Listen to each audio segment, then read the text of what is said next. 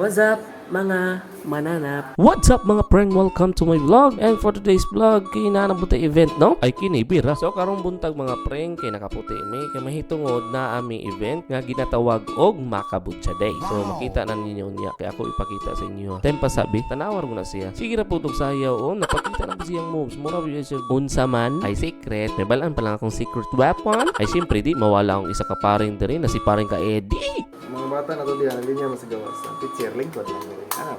Teacher, kanino? So pag human sa mga relaxing mga preng, kay ning gawas dayon may kay nang linya naman ang mga bata niya, nagulat na sila sa mga munghi. Dayon uban daming paring para okay kaayo.